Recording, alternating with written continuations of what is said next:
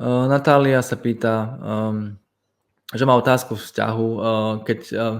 majú takú situáciu, že jej partner sa s ňou stále rozchádza a schádza a že nemôžu bez seba byť a zároveň nevedia byť ani spolu. Počas všetných dní sa veľmi nevidia,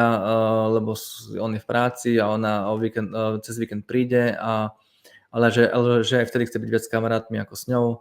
Takže sa teda vydajú raz za týždeň a ani si mi nepíšu, ani si nevolajú, čo mi nevyhovuje.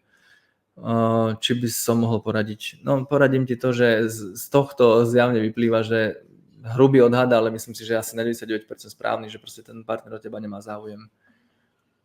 Lebo keby bol záujem, tak s tebou vie nadviazať kontakt, stojí o teba, príde za tebou, chce s tebou tráviť čas, proste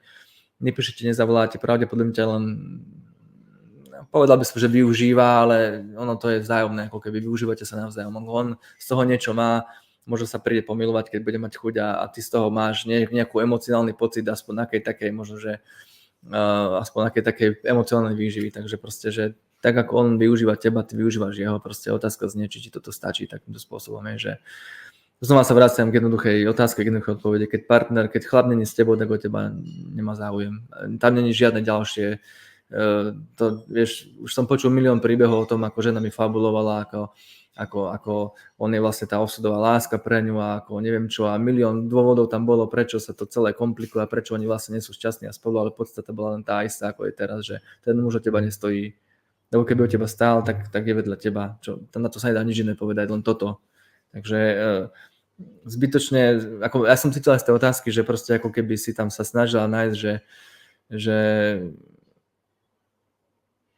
neviete byť spolu, ale neviete byť ani od seba, no tak to je len blbosť. Akože mrzí ma to, že to takto poviem, ale je to blbosť, lebo proste ako keby nie ste spolu, nie ste spolu. To ako keby to nemá ani atribúty vzťahu proste v zásade, takže ak ty o tom môžeš ako o vzťahu, tak proste to možno, že len je tvoj omyl o tom, ako sa ty interpretuješ, proste tam nemá atribúty vzťahu žiadne. Takže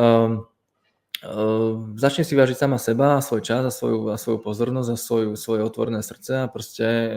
investuj ho tam, kde ako keby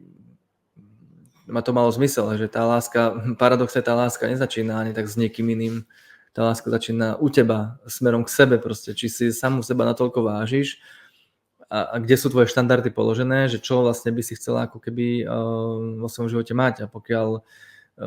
chceš mať toto, tak nech sa páči a pokiaľ začneš si viac vážiť samu seba a toho, čo by si chcela vo svojom živote, tak úplne prirodzeným